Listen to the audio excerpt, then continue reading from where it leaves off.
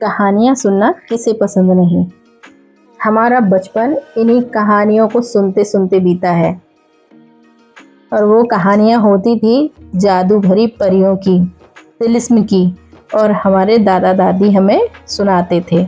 और मैं कहानी सुनाती हूँ आपको इन रास्तों पर चलते हुए। और कहानियाँ होती हैं कभी प्रेरणा से भरी हुई तो कभी अपनी माटी की महक को लिए हुए।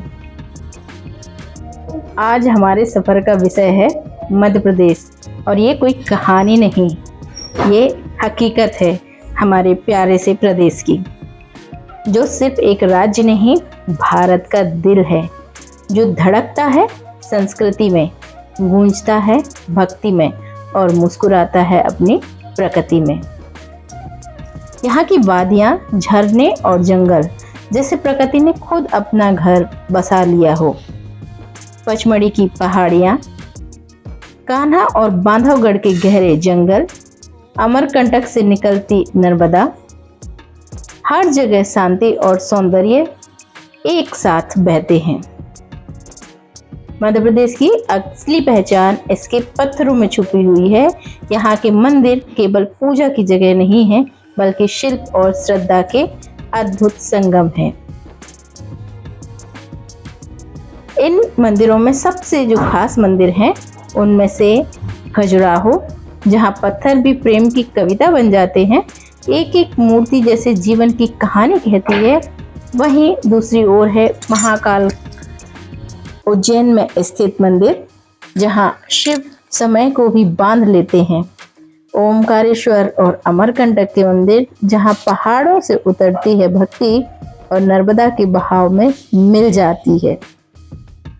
भीमबेटका की गुफाएं हैं, जिसमें आदिकालीन मानव सभ्यता की चित्रकला दीवारों में बोलती सी नजर आती हैं।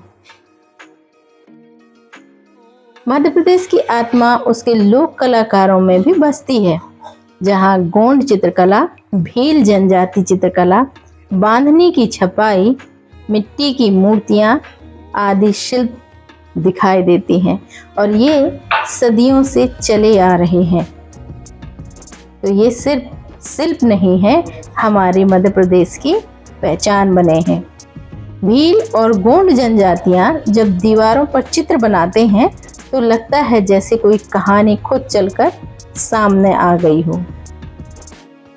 हमारे मध्य प्रदेश के हर त्योहार किसी उत्सव से कम नहीं होते हैं, बल्कि एक जीवन का दर्शन के जैसे होते हैं। भगोरिया, तेजाजी का मेला, नर्मदा जयंती, मकर संक्रांति, महाशिवरात्रि, हर उत्सव में नृत्य, रंग है और लोक जीवन की जीवंतता है। अगर आप भारत को महसूस करना चाहते हैं तो मध्य प्रदेश आइए। यहाँ की मिट्टी में संगीत है, यहाँ की हवा में भक्ति है, और यहाँ हर ईंट में छुपी है एक कहानी, कभी प्रेम की, कभी युद्ध की, तो कभी प्रकृति और मानव के रिश्ते की। मध्य प्रदेश वह जगह है जहाँ मंदिर पत्थर से नहीं, श्रद्धा से बने हैं। यहाँ जंगल डर नहीं, शांति देते हैं, और यहाँ लोग सीधे नहीं, धरती से जुड़े होते हैं।